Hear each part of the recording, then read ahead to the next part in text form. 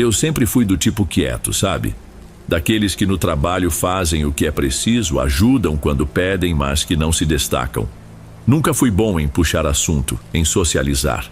Na verdade, a maior parte do tempo eu só quero que ninguém me note muito. E por mais estranho que pareça, acho que foi exatamente esse meu jeito que me livrou de algo muito pior numa situação que vivi há uns bons anos. Aconteceu quando a pequena empreiteira para a qual eu trabalhava pegou uma obra grande. A gente ia reformar a ala de um casarão antigo, um lugar imenso, com um pé direito que dava eco e janelas de madeira que deviam ter mais de 100 anos. Esse lugar estava sendo preparado para se tornar um convento. Já havia algumas freiras vivendo lá, na parte principal, e a rotina delas era muito silenciosa. O lugar todo tinha um ar pesado, uma calma que não era bem de paz, se é que me entende. Logo no nosso primeiro dia, o mestre de obras, nosso chefe, um homem de poucas palavras, reuniu a equipe. Ele foi direto ao ponto, com um tom que não deixava a gente perguntar nada. Pessoal, o serviço aqui é padrão, mas a regra é diferente. Ele começou, olhando para cada um de nós. Recebi uma instrução bem clara da administração daqui, e é para seguir à risca. Vocês estão aqui para trabalhar e só. É como se a gente fosse invisível. Não é para puxar papo com as freiras, não é para pedir favor, não é para fazer pergunta. Ele apontou para um canto nos fundos da área da obra. O banheiro de vocês é aquele químico. A água para beber está no galão que a gente trouxe. A gente fica na nossa, elas na delas. Entendido? A gente só concordou com a cabeça. Ficou um clima estranho porque a ordem era um exagero. Quer dizer, eram senhoras, freiras. Qual o problema? Mas ninguém questionou. E eu, para ser bem sincero, senti foi um alívio. A última coisa que eu queria era ter que inventar assunto com gente que eu não conhecia. Para mim, aquela regra bizarra era, na verdade, perfeita. Mal sabia eu o motivo real por trás dela. A primeira semana correu naquela normalidade estranha. A gente trabalhava no nosso canto e as freiras passavam ao longe, pelos corredores ou pelo pátio, como vultos de roupa escura. Eu mal olhava. O barulho das nossas ferramentas parecia a única coisa que quebrava o silêncio pesado daquele lugar. Mas essa paz, se é que posso chamar assim, acabou na segunda-feira seguinte. Foi quando o Fabiano chegou. Fabiano entrou para substituir um dos rapazes que precisou sair da obra. E ele era o meu exato oposto. Falante, piadista, daquele tipo de pessoa que faz amizade em fila de banco. Ele não conseguia ficar quieto. A regra de não interação para ele não era uma ordem, era um desaforo. No primeiro dia dele, eu vi o nosso chefe puxando-o de canto. Fabiano, aqui o esquema é diferente, lembra o que eu falei? Fica na sua. Relaxa, chefe. Sou profissional. Ele respondeu com um sorriso, mas a gente sabia que aquilo não ia durar. E não durou mesmo. No dia seguinte, na hora do café, uma freira mais idosa passou perto da nossa área e deu um bom dia. Para nós, era só responder e virar o rosto.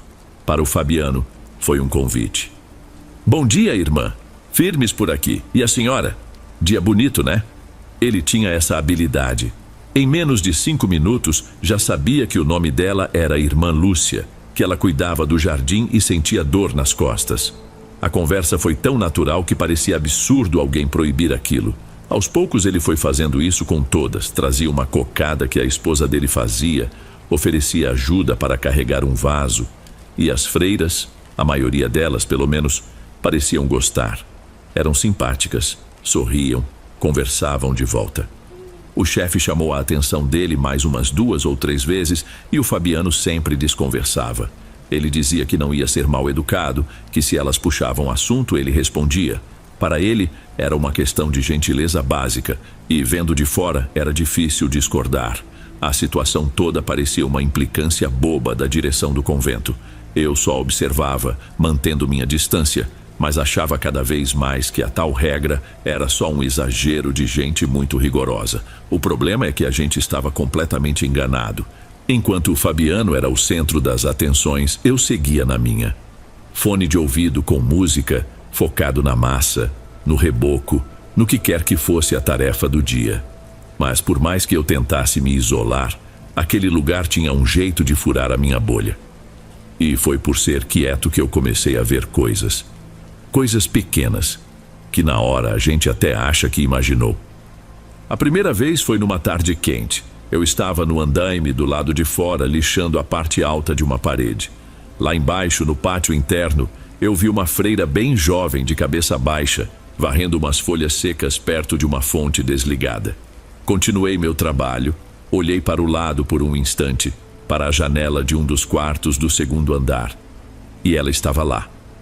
A mesma freira, parada, me olhando. Não era parecida, era ela. O mesmo rosto, a mesma postura. Fiquei uns segundos tentando processar. Como?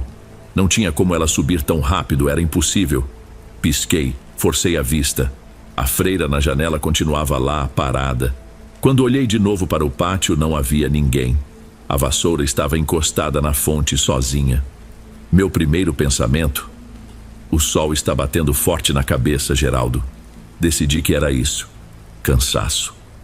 Uns dias depois, aconteceu de novo, mas com o som. Eu estava num corredor interno trocando a fiação de umas arandelas. O silêncio era quase total. Então, de um dos quartos vazios, eu ouvi alguém cantarolando. Era uma melodia estranha, triste, uma canção de ninar que parecia de outro século. Fui até a porta, curioso. Espiei pela fresta. Não tinha ninguém. O quarto estava vazio, coberto de poeira. A melodia parou no exato instante em que eu olhei. Eu não comentei nada com ninguém. O que eu ia dizer que estava vendo e ouvindo coisas? Iam me chamar de louco.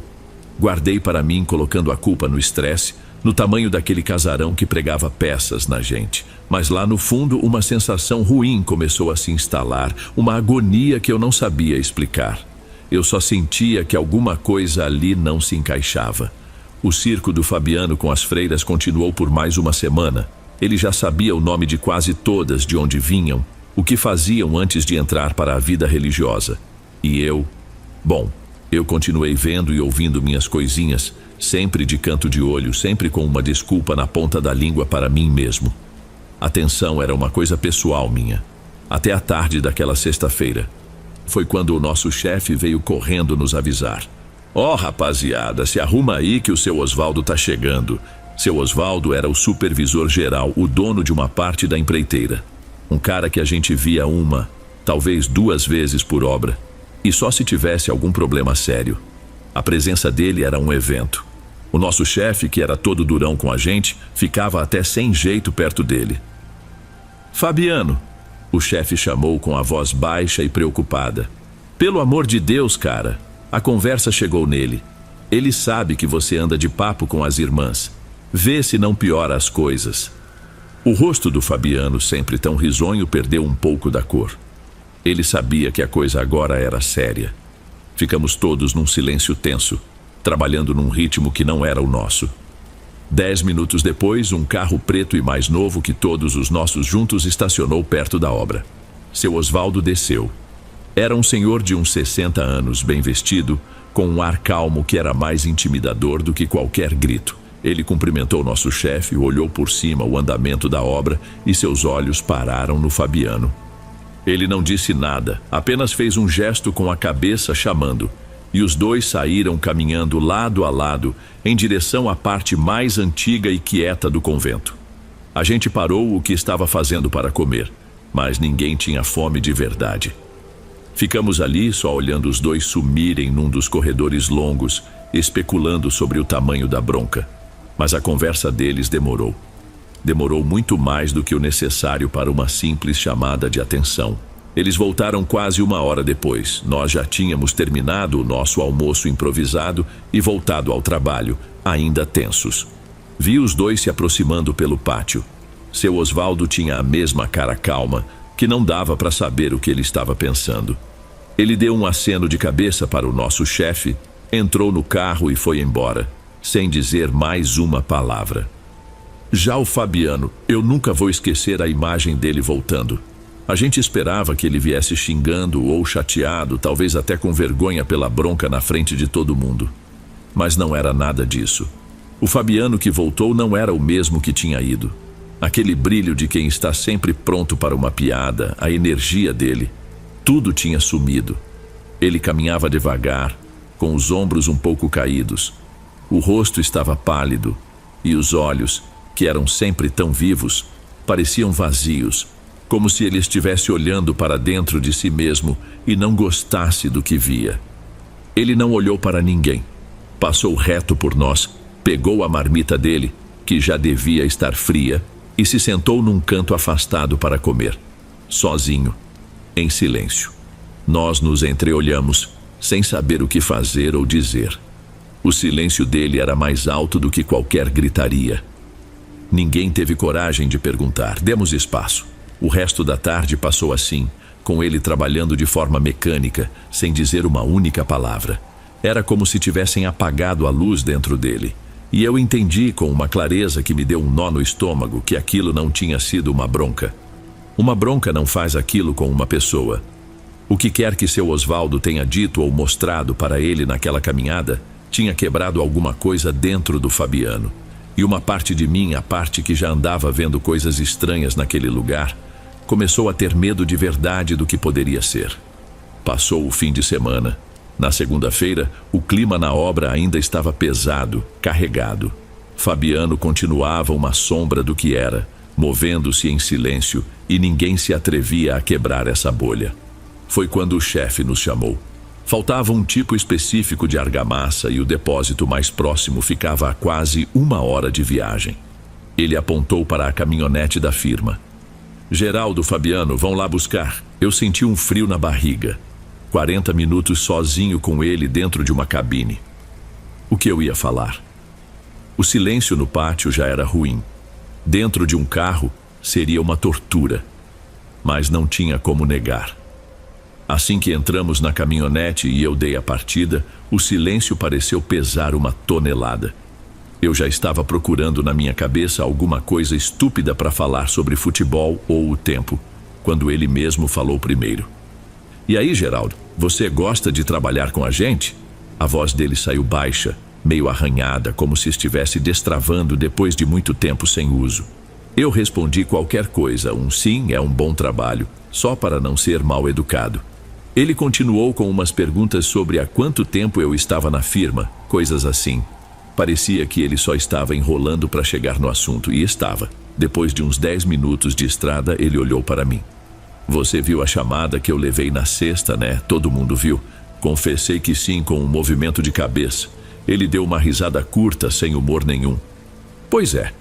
Só que não foi uma chamada, Geraldo. Foi outra coisa. Foi muito pior. Ele respirou fundo. E eu vi os nós dos dedos dele ficando brancos de tanto que ele apertava o próprio joelho. Seu Osvaldo. Ele não me deu bronca. Ele só conversou comigo. Ele me levou para uma caminhada. Fomos até uma ala do convento que está fechada. Uma espécie de biblioteca. Um arquivo. Sei lá. O lugar tinha um cheiro forte de papel velho. Ele me pediu para sentar e começou a me fazer umas perguntas. Fabiano fez uma pausa, engolindo em seco. Ele foi sarcástico no começo. Me perguntou se eu estava fazendo muitos amigos, se eu já sabia o nome de todas as irmãs. Eu, idiota, até achei que ele estava brincando. Respondi que sim, que elas eram muito gente boa. Foi aí que ele abriu uma gaveta e tirou uma fotografia. Uma foto enorme, bem antiga, daquelas amareladas, com umas 80 freiras posando no jardim. Ele colocou a foto na mesa e me fez a pergunta. Fabiano, dessas mulheres aqui, aponta para mim com quais delas você tem conversado. Eu olhei para o Fabiano, o rosto dele estava suando apesar do ar-condicionado fraco do carro. Eu comecei a apontar, todo orgulhoso. Eu converso sempre com essa aqui, a irmã Inês, ela que me falou que fazia um bolo de fubá sem igual. E essa outra, a irmã Gertrudes, que sempre me pergunta da minha esposa e dos meus filhos. Eu fui apontando, apontei umas 5, 6 que eu via todo dia, que sorriam para mim, que perguntavam do meu dia. A voz dele falhou. Ele virou o rosto para a janela, como se estivesse com vergonha.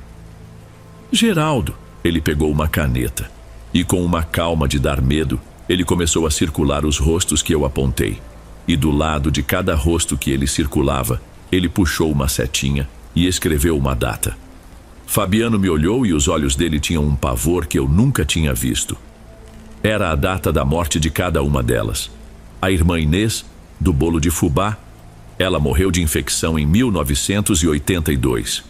A irmã Gertrudes, que se preocupava tanto com a minha família, morreu de tristeza nos anos 70, depois que perdeu todos os parentes num acidente de ônibus.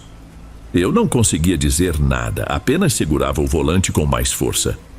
Ele me mostrou os arquivos, as fichas delas com data de nascimento, de batismo, de ordenação e de falecimento.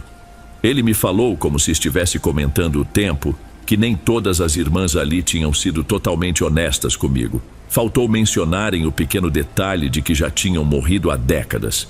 Essa, Geraldo, era a regra. Não era sobre disciplina. Era para nos proteger. Anos atrás, um cara de outra firma teve um colapso, ficou meses sem conseguir sair de casa, porque uma delas simplesmente se desfez. Sumiu na frente dele enquanto conversavam. Para as freiras que estão vivas, é normal. Elas sabem que as irmãs falecidas continuam ali. Elas convivem com isso. Mas para quem é de fora... Ele não terminou a frase. Eu continuei dirigindo, olhando reto para a estrada, mas eu não via mais nada. A minha ficha caiu com um estalo horrível. A freira no pátio e na janela ao mesmo tempo. A canção de ninar que vinha do quarto vazio. Não era cansaço. Não era o sol na minha cabeça. Era real. O tempo todo tinha sido real.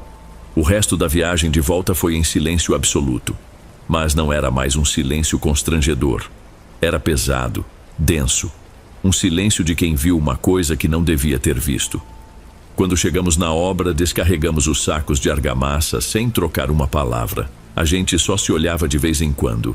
E nesse olhar a gente dizia tudo o que não podia ser falado ali.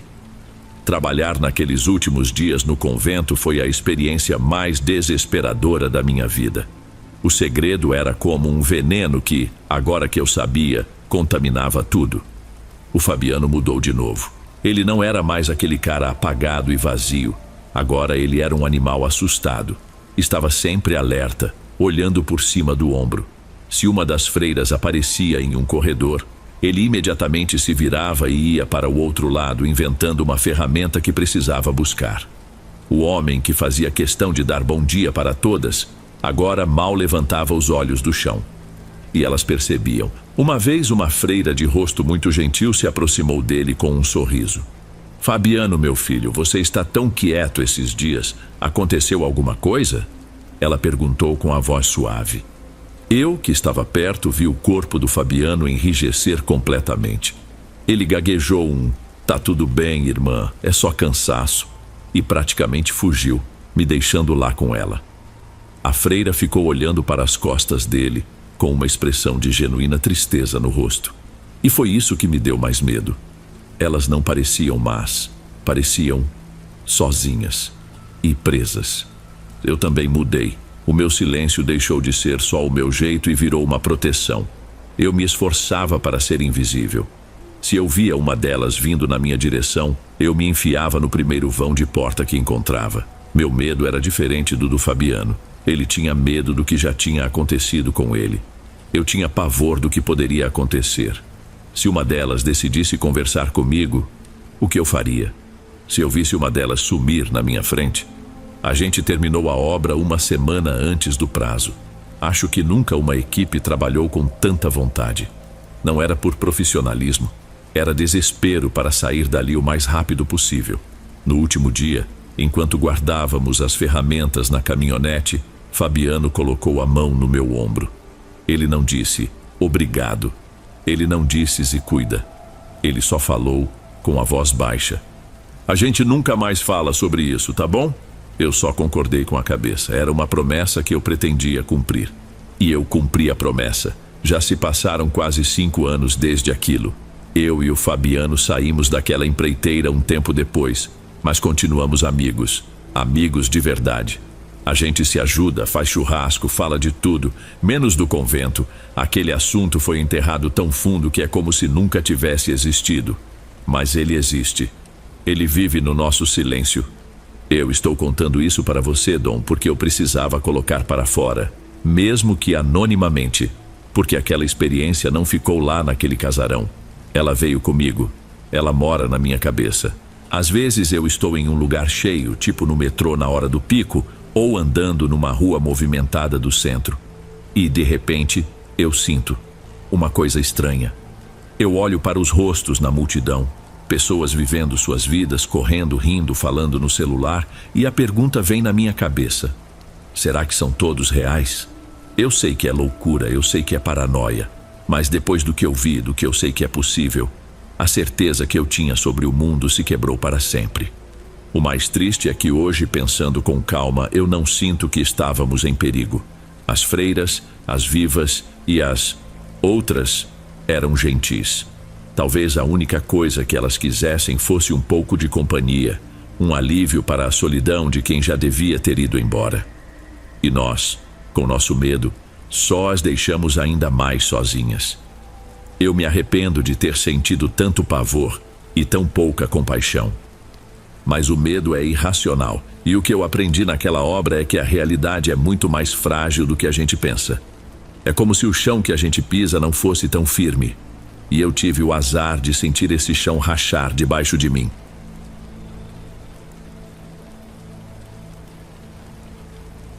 Antes de irmos para o próximo relato, se você é novo por aqui, não se esqueça de se inscrever no canal e ativar o sininho para receber as próximas histórias. Sua presença é importante e seu apoio é essencial. Bem, vamos continuar.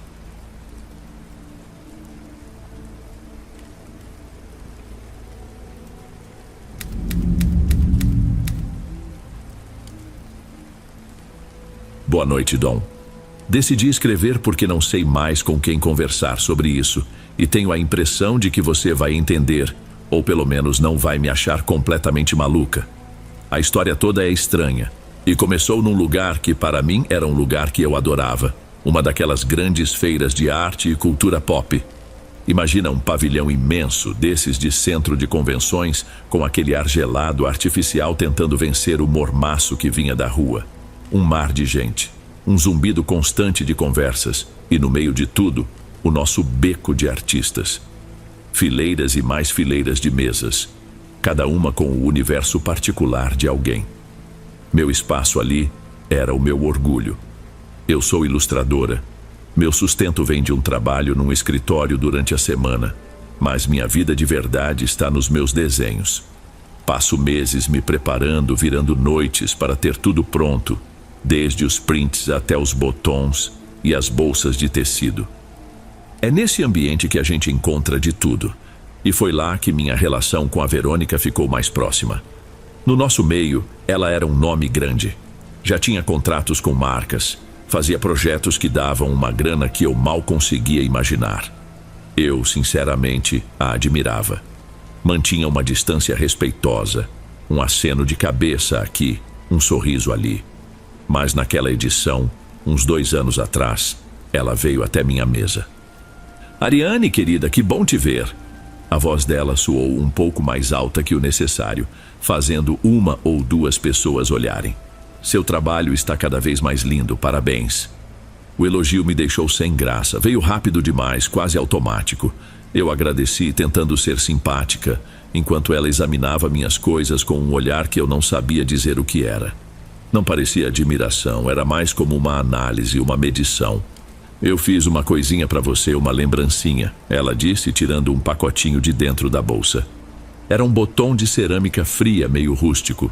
O desenho era uma espécie de olho estilizado, mas as linhas eram tortas, meio tremidas. Tinha algo nele que me deu um incômodo na hora. Que gentileza, Verônica, não precisava, eu disse, forçando um sorriso. Peguei o objeto e, por pura pressão social, para não parecer rude, prendi na alça da minha bolsa bem à vista. Ela abriu um sorriso enorme, que não chegava aos olhos, e se despediu com a mesma pressa com que chegou, me deixando ali com aquele presente estranho e uma sensação esquisita no peito. Aquele fim de semana da feira terminou, as vendas foram boas, e a vida continuou.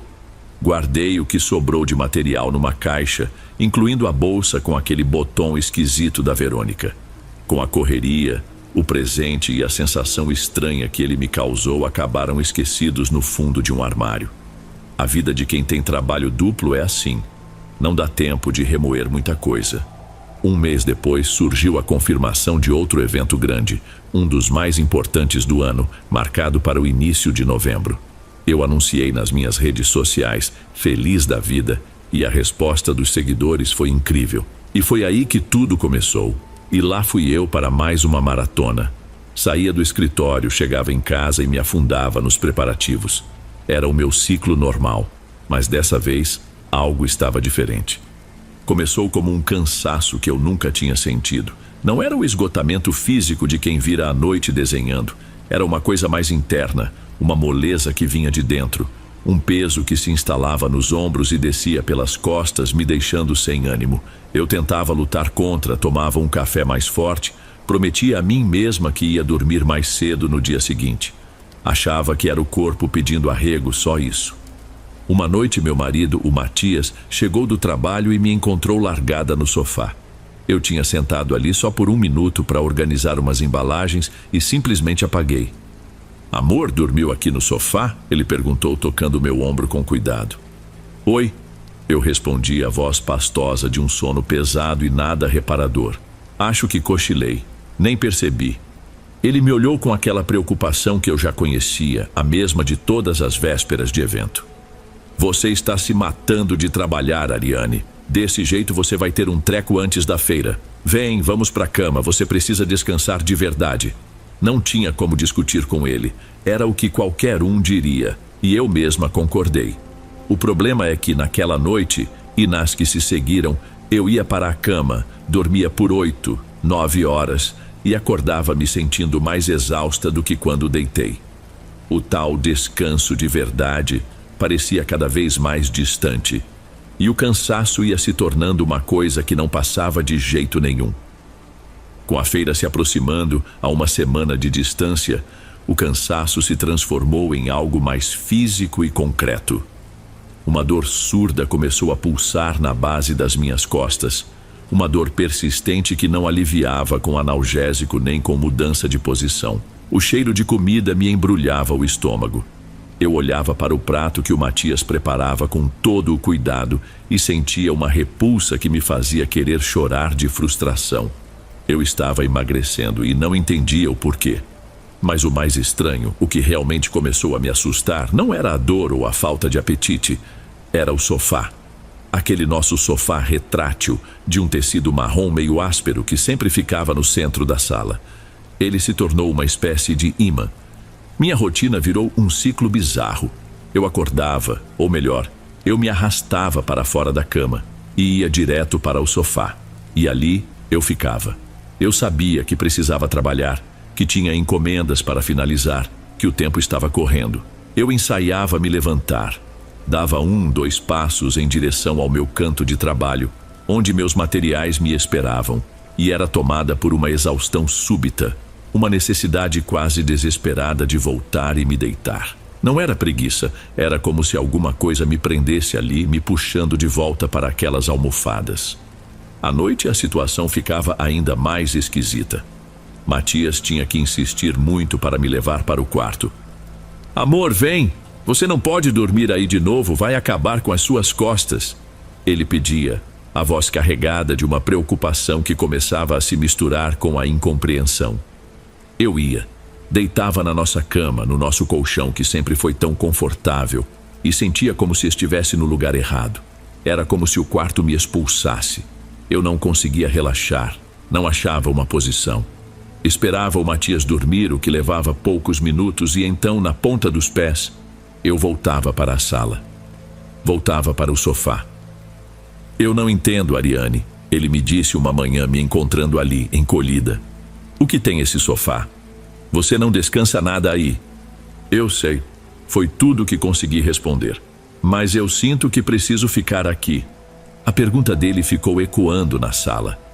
Como eu poderia explicar uma coisa que nem eu mesma entendia? Que o sofá da nossa casa tinha virado ao mesmo tempo meu refúgio e minha prisão. Pior do que a dor no corpo era olhar para a minha mesa de trabalho. Meus desenhos, minhas canetas, tudo aquilo que era minha paixão, agora não me causava mais nada. A vontade de criar tinha sido simplesmente desligada. No lugar dela, só existia o sofá. Matias chegou no limite na quarta-feira, 3 dias antes do evento.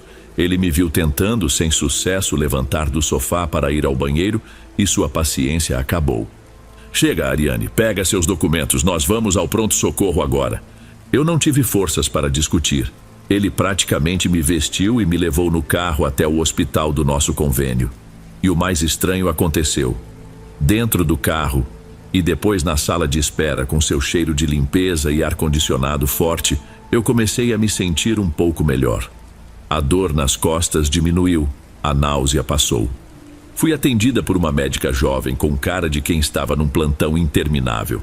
Eu listei tudo: o cansaço extremo, a dor, a falta de apetite, a fraqueza.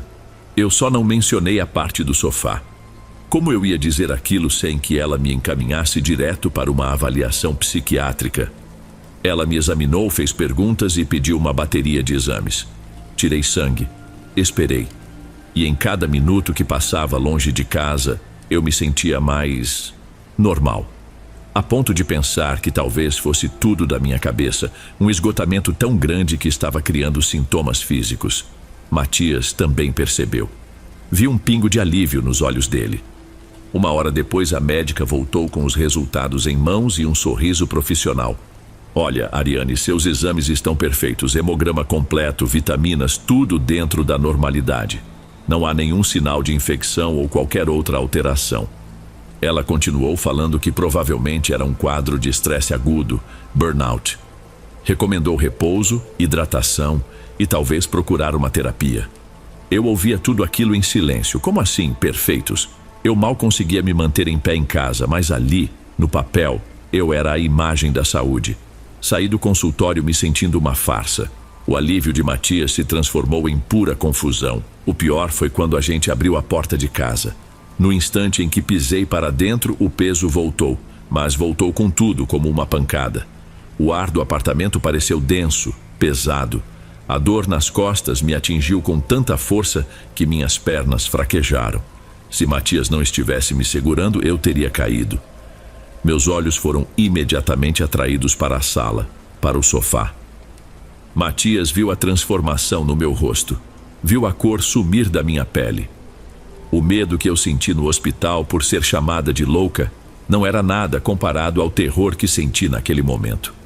Porque eu tive a certeza de que o que estava me fazendo mal não estava no meu corpo. Estava ali, dentro daquelas paredes, dentro da minha casa. E meu marido, pela primeira vez, pareceu entender o mesmo. O ceticismo dele morreu. No seu lugar, eu vi medo de verdade no rosto dele. Naquela quinta-feira, acordei no sofá, a mesma dor, a mesma fraqueza. A feira começava no dia seguinte. Do meu lugar, eu via as caixas de papelão empilhadas num canto, cheias com meses do meu trabalho, do meu sono, da minha dedicação. Elas pareciam caçoar de mim.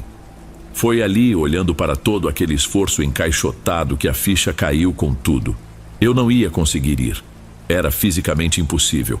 A tristeza era tão profunda, tão pesada, que eu não tinha energia nem para chorar. Era um sentimento oco. Matias, que tinha tirado o dia de folga para cuidar de mim, percebeu a minha expressão. Ele se sentou na beiradinha de uma poltrona, sem saber o que fazer. Você precisa avisar a organização, amor, ele disse com a voz baixa. E a gente tem que dar um jeito nessas coisas. Ele estava certo. Com o celular que ele me passou, porque até meu braço parecia pesar 1 tonelada, eu procurei o contato da Daniela. A Dani é uma amiga querida, uma das poucas pessoas de verdade que conheci nesse meio. O telefone chamou 1, 2 vezes. Amiga, e aí na contagem regressiva para amanhã? A voz dela, animada, foi como uma pontada no meu peito. Dani, oi. Minha voz saiu como um sussurro. Então, é sobre isso que eu tô te ligando. Eu não vou poder ir. Houve um silêncio do outro lado da linha e então a voz dela mudou completamente. Não vai? Como assim não vai? Aconteceu alguma coisa, Ariane? Você está bem? Não muito, eu admiti. Fiquei doente do nada. Já fui até em médico, fiz exame. Não dá nada. Mas a verdade, Dani, é que eu mal consigo sair deste sofá. Eu expliquei a situação, a minha preocupação em perder o dinheiro investido na vaga, e ela me cortou. Pelo amor de Deus, fica quieta aí, nem pensa nisso. É claro que eu te ajudo. Eu passo aí hoje à tarde, a gente combina tudo, você me passa as instruções e eu levo suas coisas para vender junto com as minhas. E o mais importante, quero ver com meus próprios olhos como você está. Desliguei o telefone sentindo um alívio imenso por ter uma amiga como ela, mas também uma vergonha profunda por estar naquela situação. Eu só não fazia ideia de que a visita da Daniela não ia salvar apenas o meu lugar na feira. Ela estava prestes a descobrir a verdadeira causa de tudo aquilo. Daniela chegou no meio da tarde. A energia dela, sempre tão para cima, pareceu murchar no instante em que me viu. Ela parou na porta da sala e o sorriso de "Oi, amiga" morreu no seu rosto. "Meu Deus, Ariane, que cara é essa?" Ela disse, se aproximando e me examinando com os olhos. "Você está péssima. O que aconteceu?" Matias cumprimentou-a com um aceno de cabeça, o rosto fechado. Eu contei a história de novo, a fraqueza, a dor, os médicos que não encontravam nada. A cada palavra, a expressão da Dani ia se tornando mais séria. "Senta aí, vamos resolver as coisas da feira primeiro", disse Matias, tentando colocar um pouco de ordem na situação. Nós três nos sentamos. Eu, encolhida no meu canto de sempre no sofá. Matias, na poltrona ao lado. E Daniela, depois de hesitar por um segundo, sentou-se na outra ponta do sofá. Começamos a falar de preços, de como organizar os produtos, de como lidar com a maquininha de cartão. Uma conversa tão normal, tão prática, que o absurdo da minha condição parecia ainda maior.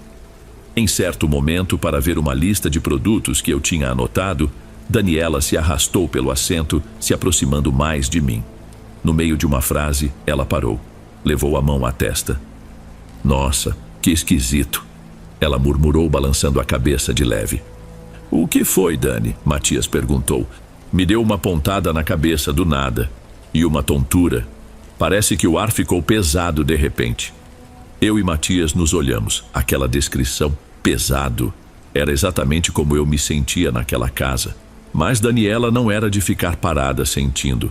Ela se levantou, a cara fechada. "Não, é sério, tem alguma coisa muito estranha aqui." E ela apontou para o sofá, para o meu lugar. Antes que pudéssemos dizer qualquer coisa, ela começou a agir.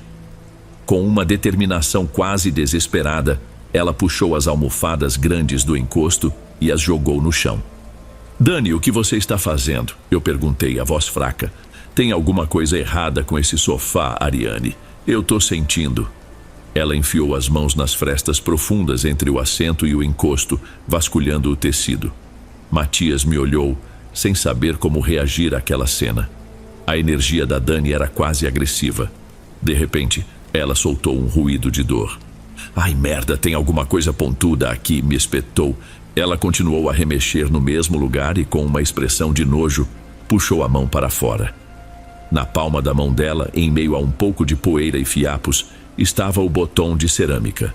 O olho torto, febril, com suas linhas assimétricas, parecia nos encarar. O silêncio na sala era total, o ar sumiu dos meus pulmões. As peças do quebra-cabeça, por mais insanas que fossem, se encaixaram de um jeito horrível. A exaustão que começou logo depois daquela feira. A força que me prendia àquele sofá específico. A bolsa que eu tinha jogado ali quando cheguei cansada do evento. O presente da Verônica. Ele nunca esteve guardado. Ele esteve ali o tempo todo. Daniela segurava o botão de cerâmica na palma da mão aberta, como se estivesse exibindo um bicho peçonhento. Nós três ficamos olhando para aquele olho torto, em silêncio. O mundo parecendo ter sido reduzido àquele objeto. "Amiga!" Daniela começou, a voz baixa e séria. "Você sabe das histórias que correm sobre essa mulher. Ninguém gosta dela de graça. Isso aqui não é um presente. Isso tem coisa. Foi feito para te sugar, para te derrubar." Matias passou a mão pelo cabelo agitado. O lado racional dele estava em guerra com o que seus olhos viam. "Calma, gente, não vamos pirar. É só um pedaço de cerâmica, um enfeite de mau gosto, mas por que eu só queria ficar nesse sofá, Matias? Por quê?" Eu o interrompi, a voz subindo de tom, beirando a histeria. Era aqui que essa coisa estava. O tempo todo. Por isso eu não melhorava no hospital. Por isso eu piorava assim que chegava em casa. A lógica naquilo era tão absurda e ao mesmo tempo tão óbvia que a sanidade de Matias começou a rachar. Ele olhava de mim para o botão na mão da Daniela, o rosto pálido. Foi no meio daquela confusão toda que meu celular, esquecido na mesinha de centro, vibrou. O som, curto e agudo, quebrou o silêncio. Nós três nos calamos e olhamos para o aparelho. A tela se acendeu mostrando a notificação de uma nova mensagem. Com a mão tremendo, eu me estiquei e peguei o telefone. Meu coração gelou. Na tela, brilhava o nome que eu menos queria ver na vida. Verônica. Não, eu sussurrei. Não pode ser. Minha voz era tão fraca que Matias e Daniela se inclinaram para perto. Eu abri a conversa. A mensagem tinha chegado naquele exato segundo. Com a voz trêmula, eu li em voz alta. Oizinho, linda, sumida, só passando para te desejar toda a sorte do mundo amanhã. Tenho certeza que você vai brilhar muito. Pena que não vou poder passar na sua mesa para te dar um oi dessa vez. Beijo grande. Ela até tinha colocado um emoji de coração no final. Ali eu entendi tudo. Aquele texto tão falso, tão fora de sintonia com a nossa relação quase inexistente, soou como uma confissão. A coincidência era impossível. Era um deboche. Desgraçada, Matias rosnou, a voz baixa e cheia de uma raiva que eu nunca tinha visto nele. Ele se levantou, andando de um lado para o outro na sala, as mãos na cabeça. Daniela ficou pálida. Ela sentiu. Eu juro por Deus, ela sentiu que a gente descobriu, disse a Dani, os olhos arregalados. Ela mandou a mensagem agora para se fazer de desentendida, para saber se o negócio dela ainda estava funcionando. Aquele pensamento me causou um arrepio de saber que ela estava me vigiando. Ela não estava apenas me atacando de longe, ela estava me vigiando. Matias parou de andar, pegou um guardanapo de papel e com ele pegou o botão da mão da Daniela como quem pega lixo tóxico. Ninguém mais encosta a mão nisso aqui, e essa porcaria não passa mais uma noite dentro da nossa casa.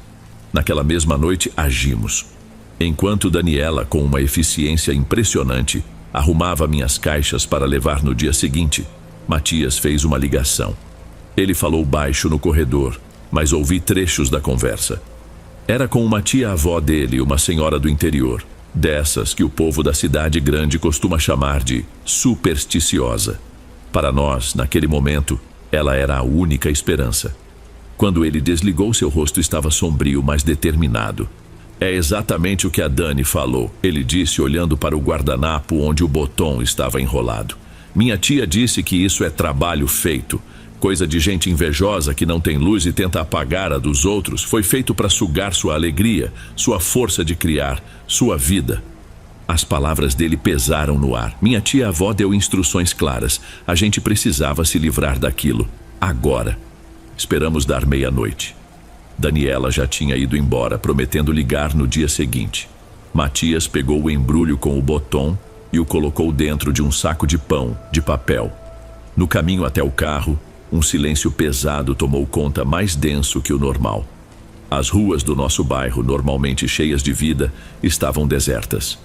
Ele dirigiu por uns 10 minutos até uma parte mais afastada, onde duas ruas de asfalto mal cuidado se cruzavam, formando uma encruzilhada simples iluminada por um único poste de luz amarela. É aqui, ele disse. Ele desceu do carro, foi até o meio do cruzamento, colocou o saquinho de papel no chão e voltou, tudo sem pressa, mas sem hesitar. Entrou, deu partida e foi embora. A instrução da tia era clara. Não olhe para trás. Eu obedeci, mas juro que pelo canto do olho vi a luz amarela do poste piscar uma única vez quando partimos. Fui o caminho todo de volta olhando para frente, para as luzes da cidade, sentindo um alívio lento começar a tomar conta de mim. Na manhã seguinte eu ainda estava fraca, mas o peso, a âncora invisível, tinha sumido. Eu consegui levantar, tomar um banho e comer uma tigela de frutas. A dor nas costas era só uma lembrança. Daniela e Matias foram para a feira e venderam quase tudo.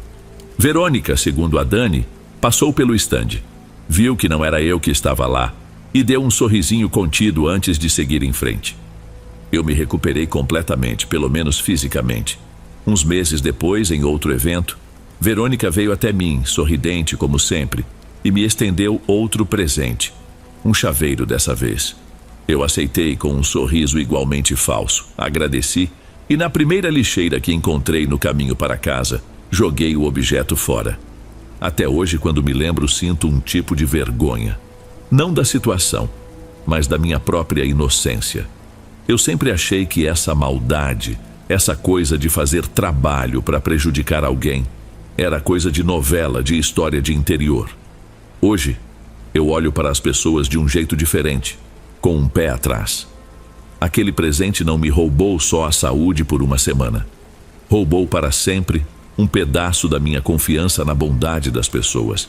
E essa é uma cicatriz que não aparece em exame nenhum.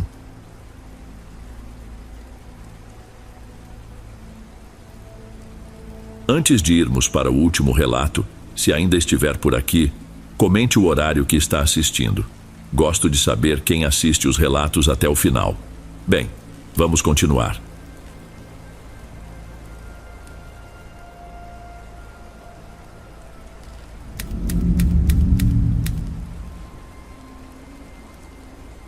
Dom, não sei bem por onde começar, então vou contar do jeito que vier, sem floreio. Meu nome é Bárbara. Quando tudo começou, eu tinha uns 10 anos e morava com meus pais e meu irmão pequeno num terreno que o pessoal chamava de lixão. Montanhas de sacos pretos, fumaça de plástico queimado, urubus voando em círculos. De manhã cedo, meu pai saía com o carrinho de ferro rangendo atrás de papelão. Mamãe ficava comigo e com o bebê, esquentando um pouco de água no fogareiro de lata para a gente se lavar, antes que o sol fervesse tudo. Eu separava tampinhas num balde velho porque alumínio rende mais no ferro velho. Por incrível que pareça, havia momentos bons. A risada do meu irmão quando encontrava um carrinho sem roda, o refrão que minha mãe teimava em cantar enquanto mexia arroz aguado, o gosto doce de raspar leite condensado.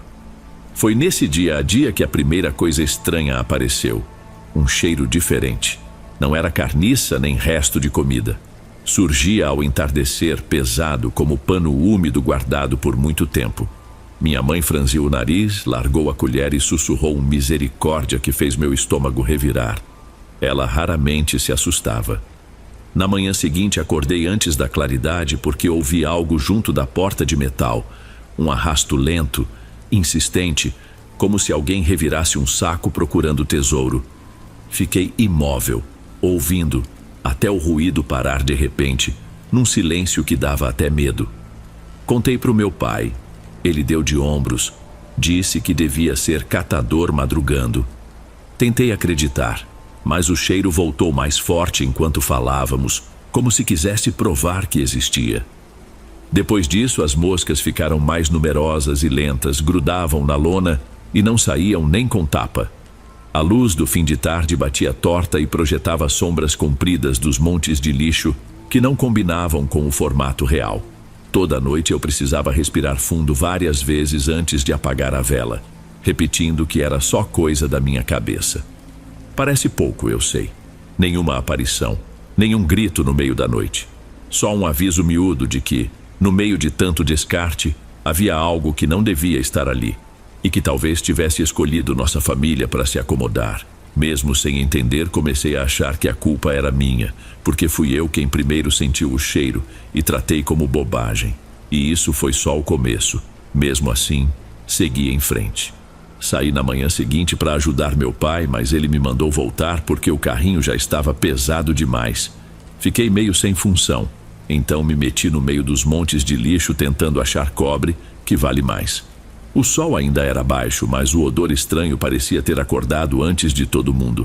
Vinha em ondas quentes, como se o lixão respirasse.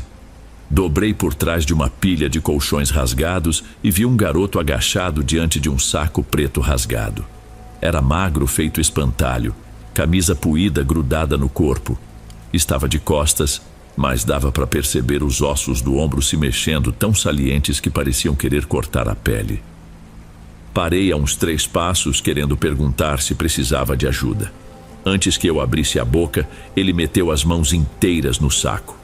O plástico rangeu. De dentro saiu um caldo grosso, marrom, escorrendo entre os dedos dele.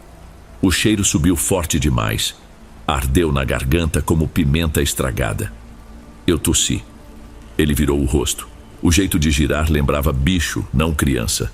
A pele estava manchada de algo esverdeado e a boca... Meu Deus! A boca era grande demais para o rosto. Sem quase nenhum dente, só gengiva escura. Mesmo assim, ele sorriu como se estivesse feliz em me ver. Chega aqui, murmurou voz baixa, arrastada. Fiquei dura. Tentei responder que precisava ir, mas o som não saiu. Ele levantou a mão, pingando aquela mistura, e levou aos lábios. Chupou os dedos com prazer. O líquido fez um barulhinho pegajoso. Senti um arrepio na nuca. Ele apontou o saco para mim. É doce, garantiu cuspindo um caco de dente que tilintou numa chapa de metal. Meu estômago virou.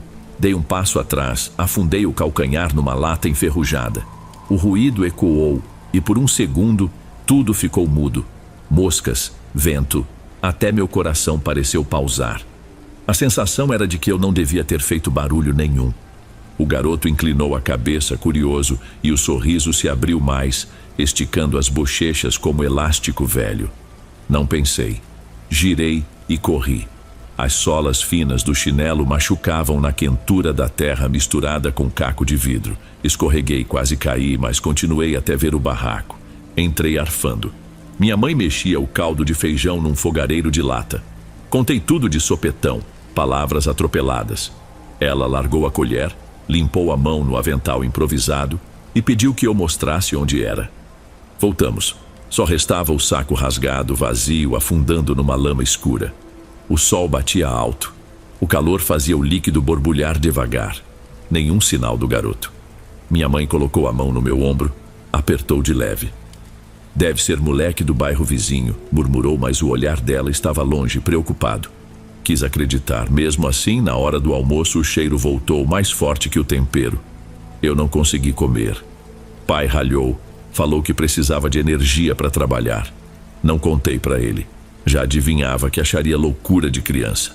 Naquele fim de tarde, quando me deitei no colchão fino, repeti para mim mesma que era só um garoto estranho comendo algo estragado. Fechei os olhos. Bastou a escuridão cobrir o barraco para eu sentir de novo aquela presença, como se alguém me chamasse pelo nome sem usar voz nenhuma. E então, o cheiro invadiu tudo de vez. Dormi aos trancos, virando de lado a cada rangido da lona. Lá pelas tantas me vi em pé dentro do barraco, mas havia algo errado. O espaço parecia maior. Teto longe, paredes tortas girando devagar. O cheiro do caldo marrom pairava no ar feito nuvem grossa. No lugar onde o fogareiro costumava ficar havia um saco preto inchado, latejando como se respirasse. A lona levantava e abaixava no mesmo ritmo. Quis correr, mas meus pés se enfiaram até o tornozelo numa mistura de terra e ossos de galinha. O saco abriu sozinho.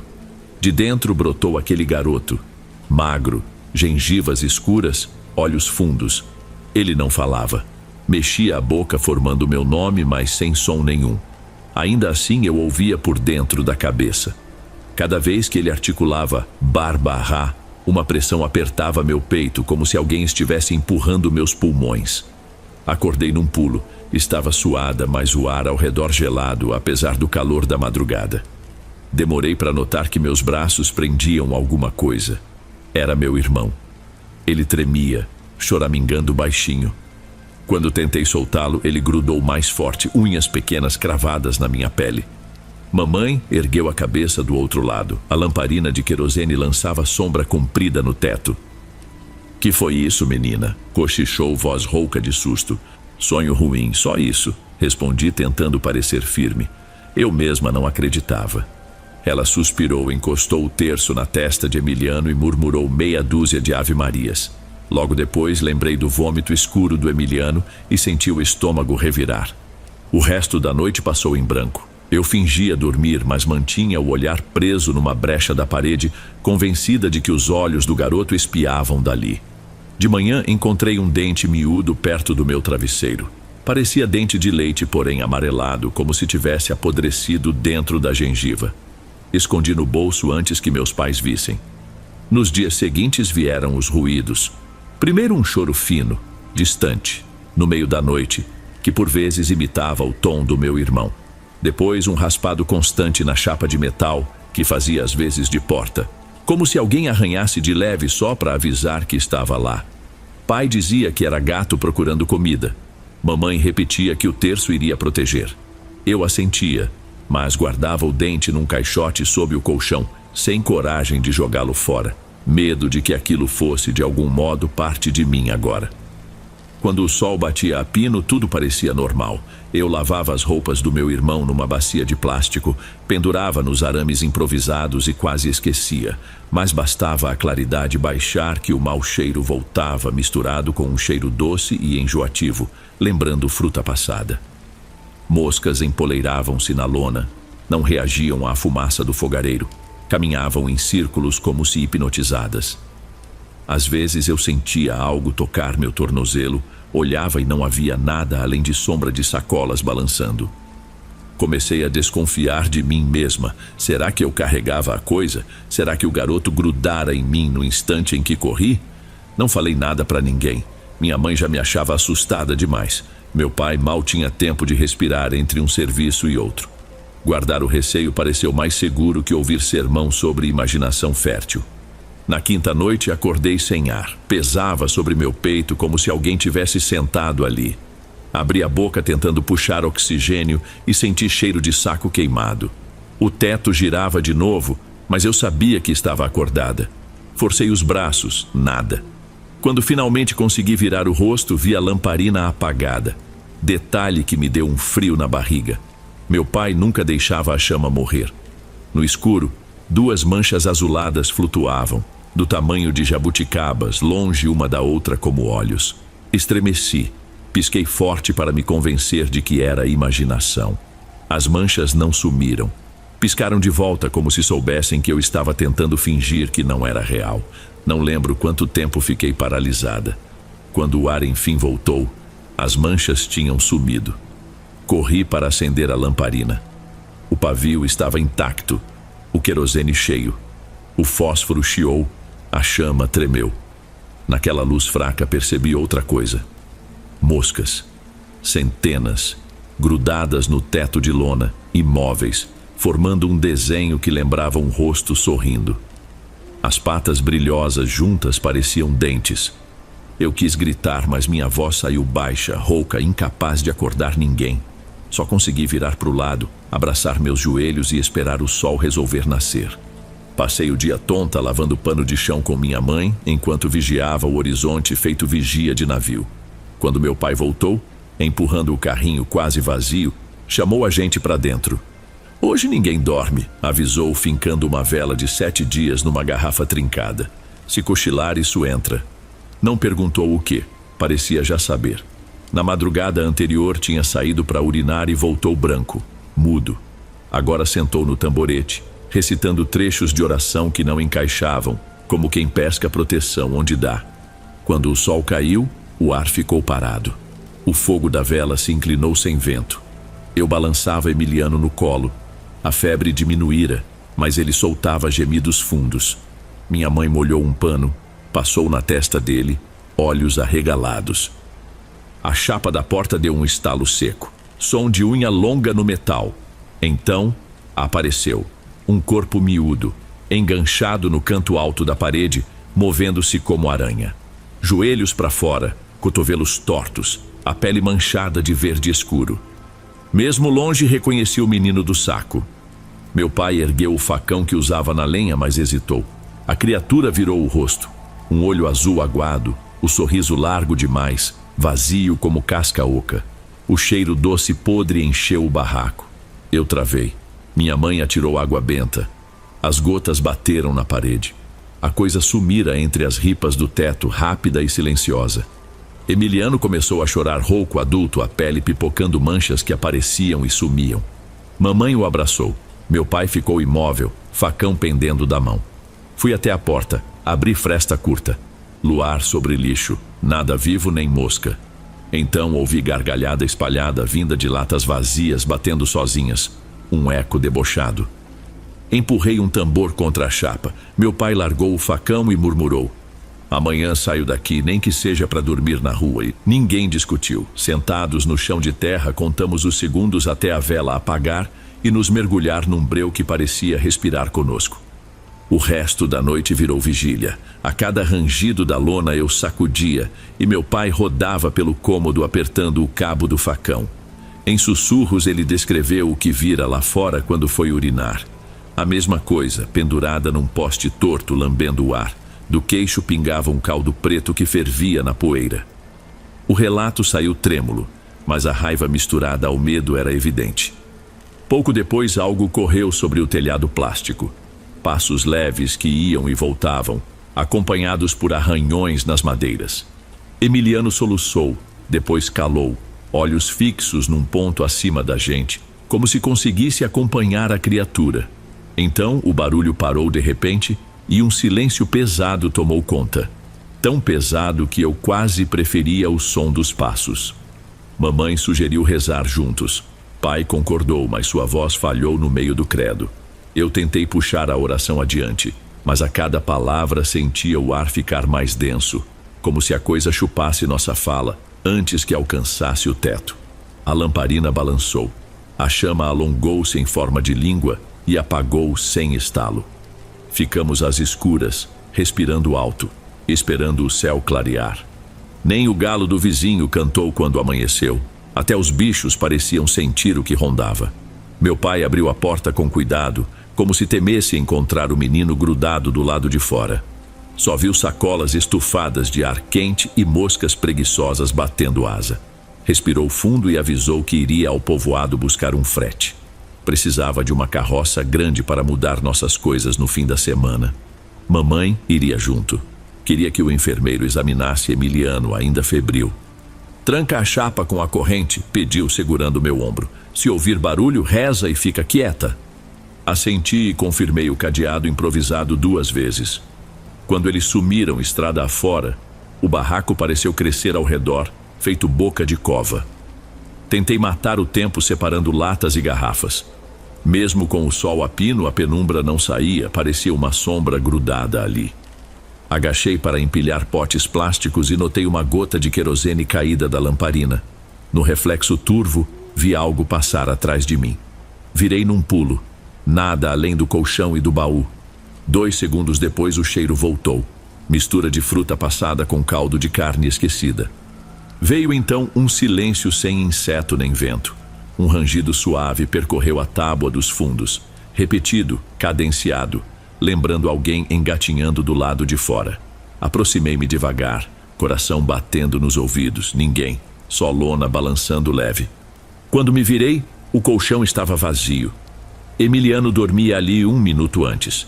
Ouvi um arrasto perto da porta. Corri e vi meu irmão de bruços sendo puxado pelos pés. As mãozinhas arranhavam o chão de terra, mas o corpo deslizava como se preso à linha invisível. Gritei, pulei sobre ele e segurei pelos braços. Não enxergava nada além das covas fundas surgindo na pele dele. Marcas de dedos compridos que apertavam sem aparecer. Puxei com toda a força, costas ardendo. De repente o puxão cedeu e caímos os dois. O ar se encheu de odor azedo. Emiliano abriu a boca e vomitou um líquido grosso, quase preto, com grumos claros que pareciam dentes miúdos. Segurei a cabeça dele para não engasgar, lágrimas queimando os olhos. O choro não saía, só um gemido rouco. Quando meus pais voltaram, encontraram a cena. Eu coberta daquele vômito escuro, abraçando o bebê mole. Mamãe tomou Emiliano dos meus braços, chorando. Meu pai engoliu o pânico e deixou virar bronca, perguntando o que eu tinha feito. Não respondi. Só olhava as manchas roxas no tornozelo do menino, iguais às que apareceram no meu braço. Correram ao posto. O enfermeiro deu soro, disse que podia ser infecção alimentar e mandou vigiar. O caminho de volta foi silêncio duro. Eu sabia que se demorassem mais teria perdido meu irmão.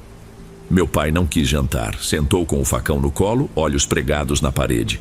Mamãe ajeitou Emiliano entre panos. O chiado no peito dele fazia eco na lona. Fiquei esperando o cheiro voltar. Perto da meia-noite o vento trouxe zunido de latas. A vela de 7 dias pela metade apagou sem aviso. O escuro chegou junto de uma risada abafada atrás da lona. Agarrei o pedaço de madeira farpas rasgando a palma, e esperei mais uma madrugada acabar. Meu pai cumpriu o que prometera.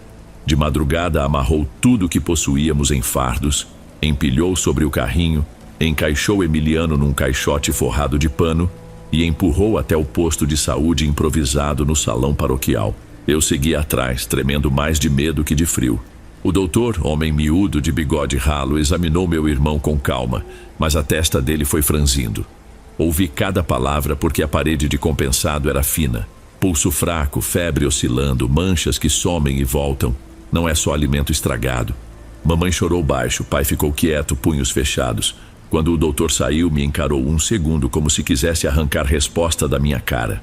Senti vontade de dizer tudo. O garoto, o cheiro, os dentes. Mas algo me segurou. Talvez medo de soar louca. Ele receitou soro, antibiótico e um conselho estranho. Procurem Dona Yolanda, a benzedeira. Ela entende dessas coisas que a medicina não pega. No caminho para casa, meu pai andou em silêncio. Quando a lona do barraco apareceu, ele virou à esquerda em vez de entrar. Seguimos por uma rua de barro batido, passagem estreita entre barracos e mato alto. No cemitério de carros velhos, onde as carcaças viravam abrigo de cachorro, vivia a tal Yolanda. Era uma senhora magra, pele escura, lenço vinho cobrindo a cabeça. Recebeu a gente na soleira, como se já soubesse. O cheiro ali era de capim seco e fumaça doce de erva que queimava num latão. Trouxeram o menino certo, disse voz baixa, olhos fixos no rosto pálido de Emiliano. Ela pediu que entrássemos num cômodo atulhado de velas, garrafas de pinga cheias de raízes, imagens de santos e recortes de jornal. Mandou meu pai largar o facão à porta. Ele hesitou, largou. Pegou o bebê, apoiou-o sobre uma mesa coberta de pano branco manchado. Murmurou prece rápida, passou ramos de alecrim na pele dele. As folhas murcharam na hora, gosmentas, pendendo como língua de cachorro cansado. Não é enfermidade comum, sussurrou. Isso grudou nele por causa de descarte. Quando jogam dor fora, ela procura casa nova. Minha mãe segurou meu braço, senti as unhas cravarem. Dá para tirar? Perguntei a voz saindo antes de pensar. Yolanda encarou-me como se eu carregasse sinal luminoso na testa. Tem raiz funda. Se a gente corta sem cuidado, brota de novo no outro canto. Precisamos de 3 limpezas e distância do lixão. Sem isso, não respondo. Meu pai topou na hora, prometeu arrumar frete, nem que fosse puxar o carrinho até cair. Yolanda concordou em ir ao barraco ao anoitecer para a primeira queima. Voltamos com um restinho de esperança. Ainda faltavam horas para o sol baixar, mas a claridade parecia diluída, como se o céu não quisesse se meter. Limpei o chão, juntei roupas, quebrei teias de mosca com a vassoura. Mesmo ali o cheiro doce podre pairava, derrubando o ânimo. Quando o crepúsculo chegou, ouvi latas batendo sozinhas no fundo do terreno, o mesmo compasso debochado. Tranquei a chapa, amarrei com fio grosso. Mamãe acendeu 3 velas brancas, posicionou em triângulo ao redor de Emiliano. O choro dele vinha fraco, porém constante. Yolanda bateu na chapa pouco depois. Entrou sem cerimônia, espalhou carvão em brasa numa lata, jogou punhados de resina que soltaram fumaça espessa. Mandou a gente formar círculo, rezar baixo e não abrir os olhos. Fechei, mas não obedeci por completo. Entreabria pálpebras, vi a fumaça girar como redemoinho sobre o bebê. A chama das velas alongou-se verdeada. Então, atrás de Yolanda surgiu um vulto curvado, pequeno, braços compridos escorrendo até o chão. O cheiro ficou tão forte que ardeu. Ela ergueu a mão, jogou pinga na brasa. Faíscas voaram. A criatura recuou, rosto à meia sombra, sorriso rasgado. Desapareceu na lona como se mergulhasse em água. O redemoinho sumiu, a fumaça assentou. Yolanda caiu de joelhos, exausta. Tirei um bocado, mas tem mais. A casa inteira fede ao que não é daqui. Se voltarem a dormir aqui, perdem o menino. Meu pai assentiu mudo. Mamãe chorou, abraçando Emiliano. Respirava melhor, febre menor. Saímos ainda naquela madrugada, levando só o que coube no carrinho. Colchão, uma mala de roupas, o facão. Deixei para trás o caixote onde escondia o dente. Enquanto virávamos a esquina, Ouvi choro de bebê vindo do barraco vazio, repetindo o choro do meu irmão como eco maldoso. A corrente na chapa balançou sozinha, até perder de vista. Chegamos ao salão paroquial antes do dia clarear por inteiro. O doutor, que dormia numa maca desocupada, não reclamou de ser acordado quando viu Emiliano mais corado. Ofereceu cobertores e deixou que ficássemos ali até amanhecer. Enquanto isso, papai saiu em busca de um terreno livre. Qualquer canto longe do lixão servia. Voltou depois de horas, suado, com um sorriso que misturava alívio e medo. Um lavrador idoso permitira que ocupássemos um pedaço de chão às margens do rio seco. Não havia construção alguma, só capim alto, umas árvores e restolhos de fogueira antiga. Parecia paraíso. Levamos 2 dias para improvisar abrigo com lona, bambu e as tábuas que o lavrador cedeu. Dormimos no chão de terra batido, porém sem o fedor acre nem o zunido constante das moscas gordas. À noite, o silêncio estranho assustava menos que o antigo choramingo do lixão. Mesmo assim, eu não pregava o olho. Temia que o garoto surgisse no meio do campo aberto. No 3º dia, Yolanda apareceu sem aviso, apoiada num cajado fino. Trouxera crucifixos de madeira, garrafas com água escura e um olhar exausto. "O lugar novo respira", comentou após rodar lentamente. "Mas vocês carregaram lembrança ruim. Se não quebrar, ela cria raiz aqui também." Montou pequeno altar com pedras e pano branco. Mandou cada um cuspir dentro de uma tigela de barro. Depois misturou folhas trituradas, fez pasta espessa que cheirava a arruda queimada. Tocou a massa na testa de Emiliano e gemeu baixo. A pasta borbulhou, ganhou tom cinza esverdeado. "Tem sobra de olho grande e de sujeira de gente morta", murmurou. Não aderiu ao menino de propósito. Grudou nele porque é o elo mais fraco. Papai quis saber se daria para terminar ali. E Yolanda balançou a cabeça. "Posso amenizar, mas não limpar tudo. O que veio de lá é coletivo, feito poeira que volta com o vento. Precisariam de anos de reza ou outro milagre." Pediu queimar o que restara do velho barraco.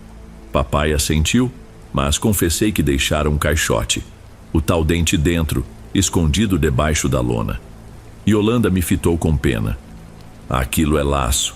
Enquanto existir, ele sabe onde achar vocês." Meu peito afundou. Comecei a tremelicar, culpada por não ter contado. Papai não brigou. Largou o facão no chão duro e disse apenas: "Amanhã busco o que ficou e toco fogo, custe o que custar." Yolanda fez segunda limpeza. A fumaça forte fez Emiliano adormecer como pedra. O chiado no peito sumiu. Mesmo fraca, ela insistiu em marcar outra visita dali a 7 dias. Última tentativa.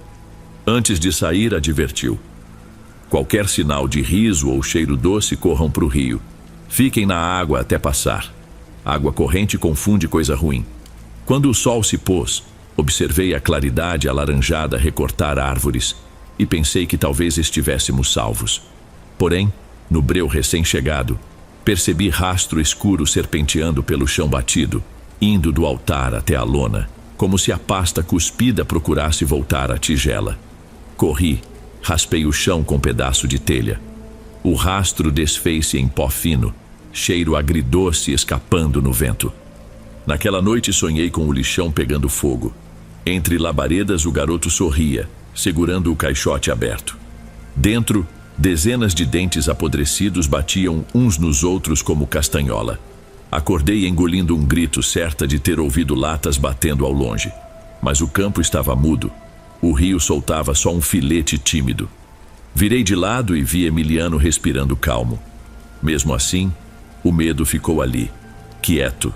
Mas eu sabia que não tinha acabado. Levaram 3 dias para meu pai voltar ao lixão e cumprir a promessa.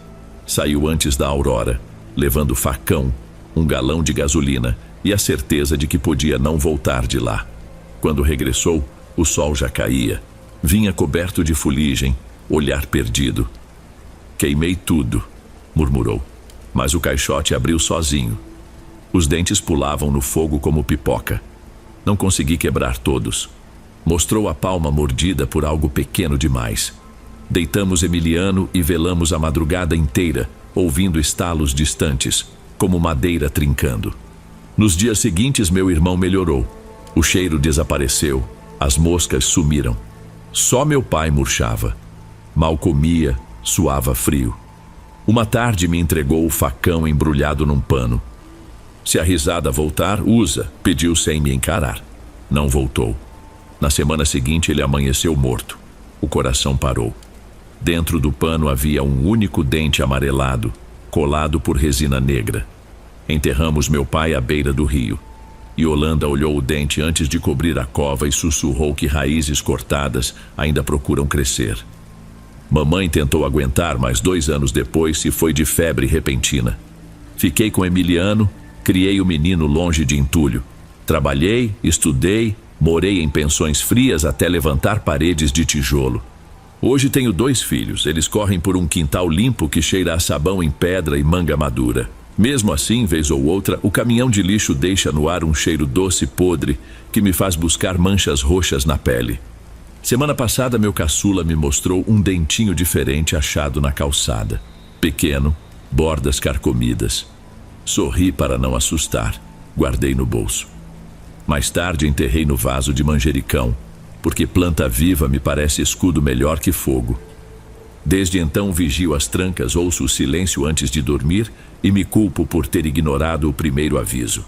Se as latas voltarem a bater, não hesitarei. Quebro qualquer laço antes que aquilo pegue outra criança.